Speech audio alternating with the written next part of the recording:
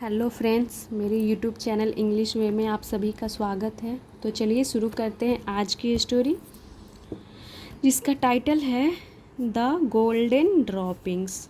यानी इसका मतलब हो गया सोने की बीट। ड्रॉपिंग्स का मतलब हो गया जो पक्षियों का बीट होता है, मल, उसकी बात हो रही है। यानी द गोल्डन ड्रॉपिंग्स यानी सोने की बीट। तो चलिए देखते हैं स्टोरी को। There was once a special bird that lived in a forest on top of a tall tree. यानी there was once यानी एक बार, a special bird यानी एक विशेष प्रकार की पक्षी। एक बार इसका मतलब हो गया there was once एक बार, a स्पेशल यानी कि एक विशेष प्रकार की, एक खास प्रकार की पक्षी, बर्ड यानी कि पक्षी, डैट यानी कि जो, लिव्ड यानी रहती थी, इन अ फॉरेस्ट यानी कि एक जंगल में। तो यानी कि एक बार एक विशेष प्रकार की यानी कि एक खास प्रकार की बोल सकते हैं, पक्षी जो रहती थी एक जंगल में। On top of a tall tree, कहाँ रहती थी? तो पेड़ की सबसे ऊंचाइयों पे, टॉल ट्री यानी कि ऊंचे पेड़ों के टॉप पे यानी कि ऊंचाइयों पे वो रहती थी। वेन यानी कि जब, हर ड्रॉपिंग्स यानी कि उसकी ड्रॉपिंग्स यानी कि उसकी बीट, फेल, फॉल की सेकेंड फॉर्म हो गई फेल, गिरती थी, ऑन द अर्थ यानी कि ज़मीन पे, जब उसकी बीट ज़मीन पे गिरती थी, दे टर्न्ड यानी कि वे बदल जाते थे, इनटू गोल्ड तो वो सोने में बदल जाते थे। और इनटू प्रीपोजिशन हो गया क्योंकि यहाँ पे उसकी अवस्था में चेंज हो रही है। जो बीट ज़मीन पे गिरता था तो गिरते ही उसकी अवस्था बदल जाती थी, वो सोने में बदल जाता था, इसीलिए यहाँ पे इनटू प्रीपोजिशन का यूज किया गया। तो वो सोने में बदल जाती थी। वन डे यानी एक दिन, अ हंटर यानी कि एक शिकारी, was travelling through the forest यानी एक दिन एक शिकारी, वाज ट्रैवलिंग यानी कि जा रहा था, थ्रू द फॉरेस्ट यानी कि उस जंगल के रास्ते। यानी एक बार एक शिकारी उस जंगल से होते हुए वो गुजर रहा था।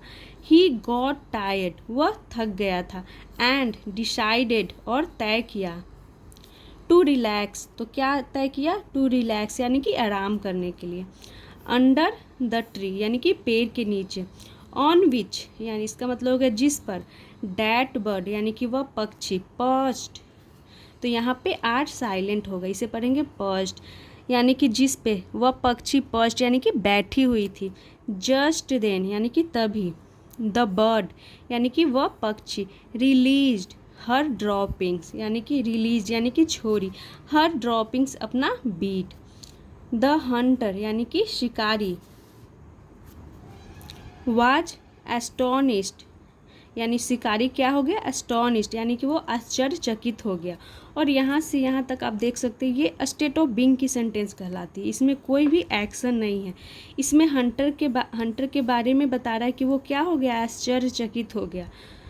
तो ये एक एडजेक्टिव हो गया जिसे पास्ट पार्टिसिपल कहते हैं, और ये हंटर की स्थिति, अवस्था, ये सब को दिखाता है। तो ये हंटर की क्या दिखा रहा है? इसकी स्थिति को दिखा रहा है कि वो क्या हो गया? आश्चर्यचकित हो गया। तो जिसमें कोई एक्शन नहीं होता, तो ये स्टेट ऑफ बीइंग की सेंटेंस कहलाती है। द हंटर वाज एस्टोनिश्ड यानी कि वह क्या हो गया? आश्चर्यचकित हो गया। ऑन सीइंग यानी कि देख करके, द ड्रॉपिंग यानी कि बीट को, टर्न यानी बदलते, इनटू यानी में, गोल्ड तो वो क्या हो गया? आश्चर्यचकित हो गया देख करके कि उसकी जो बीट थी वो सोने में बदल गया। He looked up and spotted the bird, he looked up यानी कि उसने ऊपर देखी, लुक्ड अप ऊपर देखी, एंड और स्पॉटेड यानी कि देखा, द बर्ड और उसने पक्षी को देखा, उस बर्ड को देखा।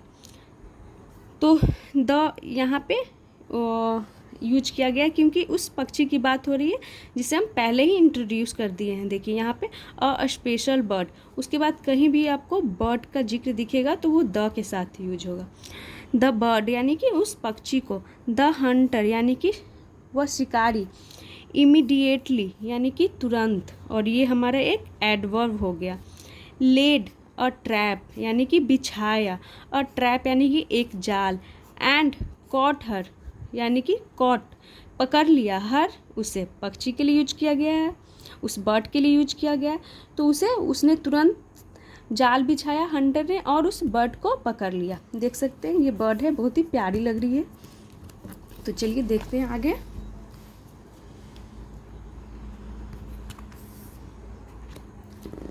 While heading towards his home यानी कि वाइल यानी का मतलब हो गया कि दौरान, या फिर बोल सकते हैं while heading towards his home यानी अपने घर जाने के दौरान, टूवर्ड्स यानी की ओर, हिज होम अपने घर जाने के दौरान बोल सकते हैं, या फिर बोल सकते हैं अपने घर जाते हुए, यानी कि वो जब अपने घर जा रहा था।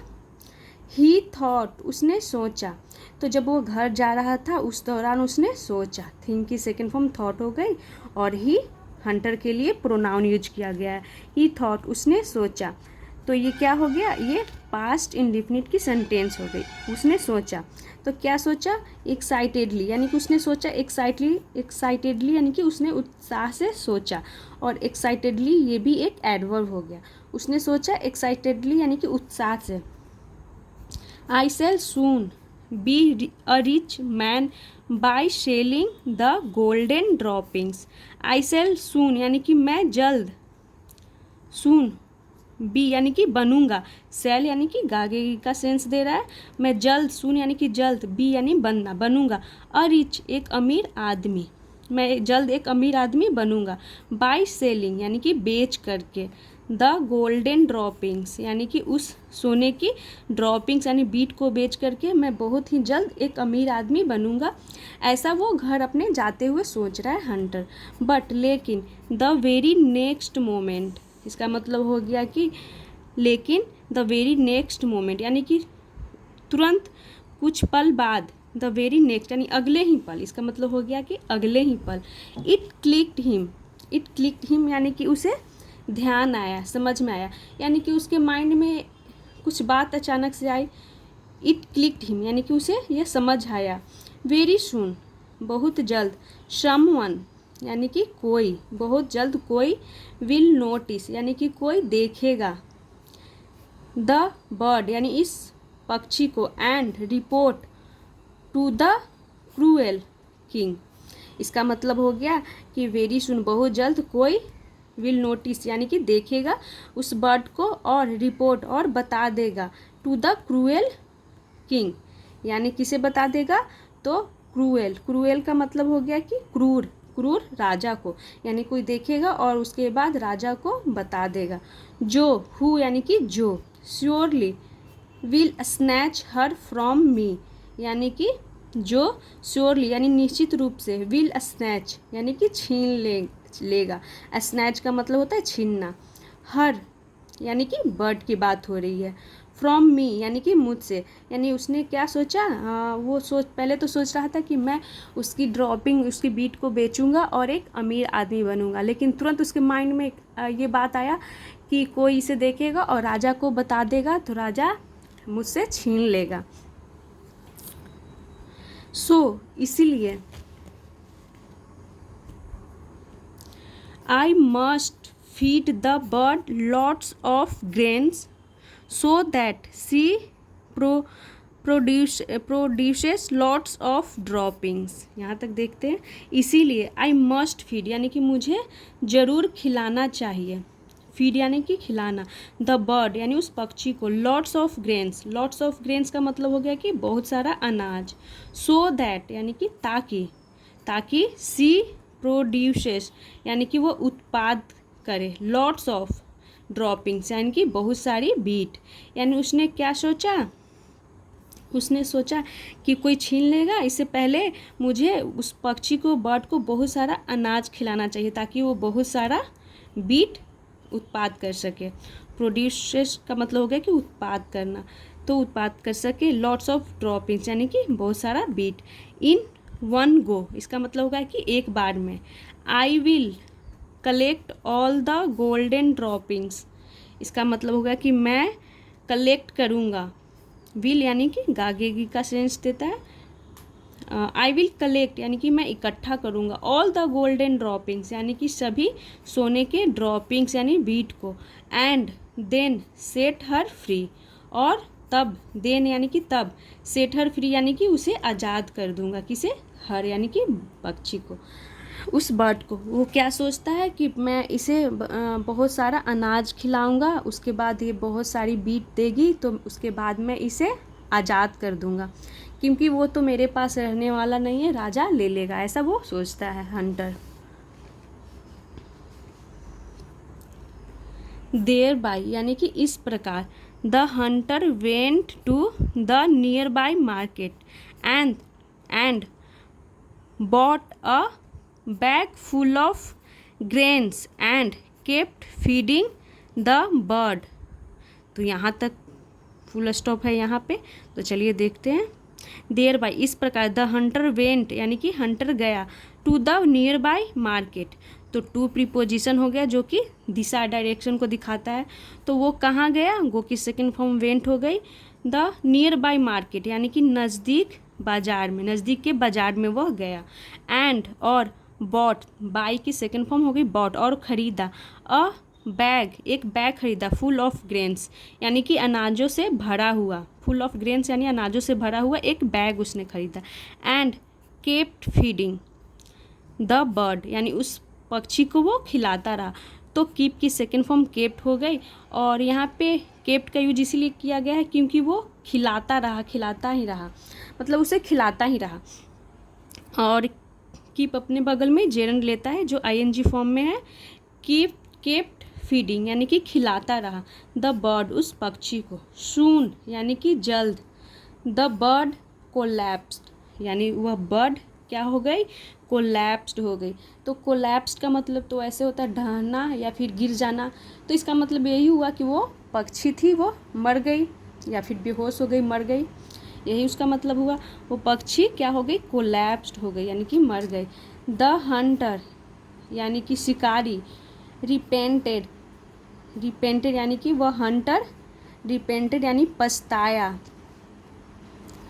माई ग्रीड, माई ग्रीड यानी मेरी लालच, हैज कॉस्ट मी यानी कि मुझे मेरी लालच की कीमत चुकानी पड़ी मुझे। माई ट्रेजर यानी कि मेरा खजाना, यानी कि इसका मतलब हो गया कि मुझे कीमत चुकानी पड़ी मुझे मेरा खजाना, यानी मुझे मेरा खजाना मतलब नष्ट हो गया, मेरे वजह से मुझे उसकी कीमत चुकानी पड़ी अपने खजाने की, अपने लालच के कारण, अपने ग्रीड के कारण।